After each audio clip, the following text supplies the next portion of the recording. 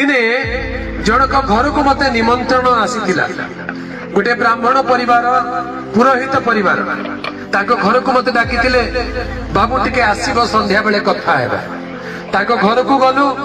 कथावार्ता करिबा पई बसिचु सेते बेले घरर मां कथावार्ता करू करू गोटे प्रश्न पचारिले कहले बाबू गोटे कथा पचारिबी खराब भाबिबो नै एति आदर रे पचारिले मु कहली मां खराब काहे के भाबिबी भल कथा पचार निश्चय उत्तर देबा को चेष्टा करिबे प्रभुकर पवित्र नाम रो गौरव हो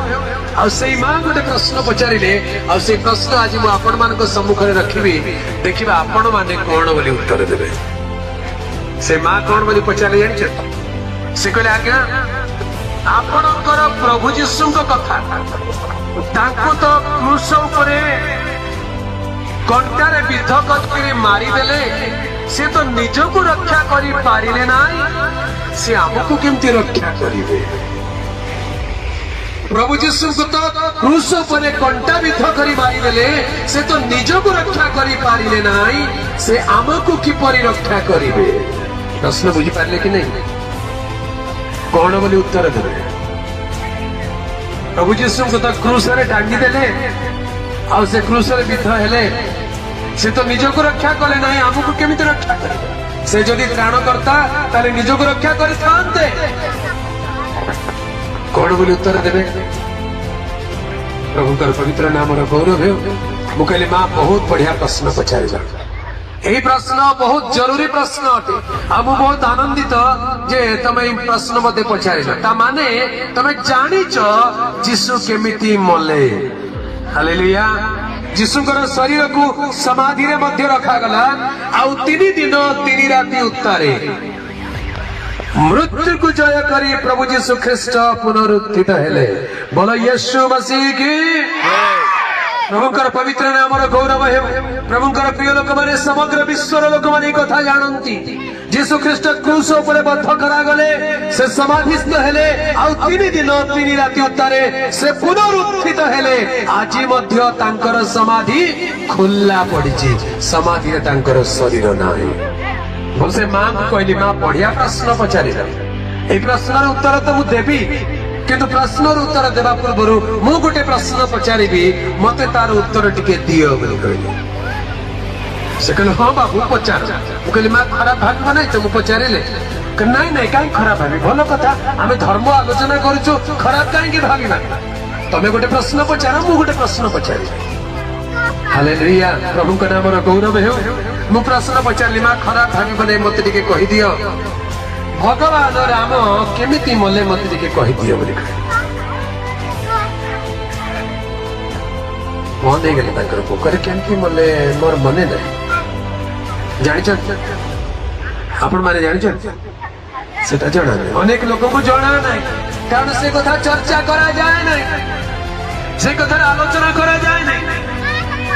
मुकली हेले से तो मरि चंती निश्चित हां बाबू मरि चंती हेले केमिति मले नाइ मोर मने नै मुकली ध्यान रे सुन मोर जति मन अछि मु कहूची कारण पिला दिने आम घरे भी रामायण पाठ करा जाउतला आम घरे भी रामायण पाठ करा जाउतला आमे भी सुनी भगवान रामकर जन्म विषय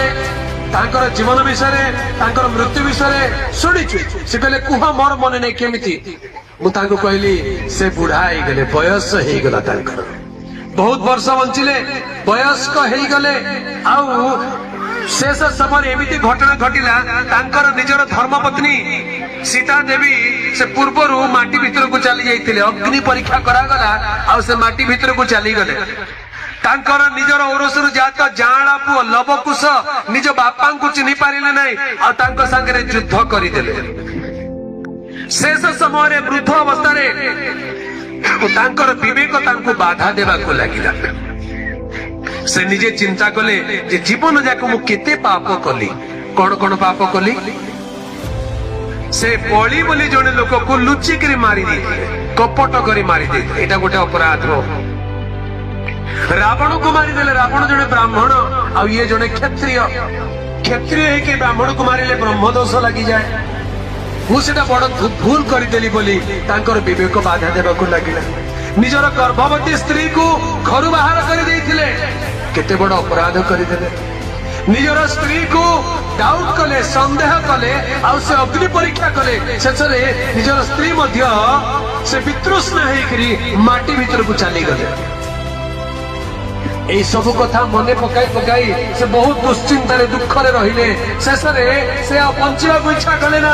से कहले मो जीवन एते पाप हो गला मु एते भूल कली किए मते पाप रक्षा करिवो ध्यान रे सुन था क्या रामायण शेष कांड लिखाई किए मते रक्षा करिवो सेते बेले पिला दिन कथा गोटे मने पड़ीगला तांकर पिला दिने विश्वामित्र महर्षि तांको पाठ पढ़ी से तांको गोटे कथा कहिथिले जे अवर्गजात संतान से करिवे पाप मोचन अवर्गजात संतान से करिवे पाप मोचन तमाने किए पाप क्षमा किए करिवे जे अवर्गजात होइथिबे अवर्गजात बोली कहिले कोन जार वंशावली नथिबो तमाने जार बापा नथिबे कि निजे बापा हेई नथिबे तमाने से मनीष एमिति आउड अवतार हेइथिबे जे पुरुष औरसरु जात हेई नथिबे बड़ गभीर कथा बुझिबा चेष्टा करबे तांकर के बापा नथिबे सेमिति पुओ गोटे जन्म हेबे आ से निजे आजन्म ब्रह्मचारी हेबे से कोनसी पुत्र जात करि नथिबे एमिति कि अवतार जने आसीबे आ से तुमर पाप मोचन करिवे मने पड़ी गला जानी पारिले नहीं से किए शेषे पाप ग्लानी को सही न पारी गोटे नदी अच्छी आगे सरायु नदी बोली जाकि नदी रे जल समाधि नेले तामाने नदी रे जाकरी डेईकरी बुड़ी हेकरी मले मु कहले मां मते कह किए रक्षा करि पारिबो प्रभु जी सुरक्षा करि पारिबे ना ये रक्षा करि पारिबे से कहले एटा तो मु जानि नथिली बाबू आज बुझिली जे मृत्यु को जय करी उठी अछंती से जगतर त्राणकर्ता अटंती बोलो यीशु मसीह की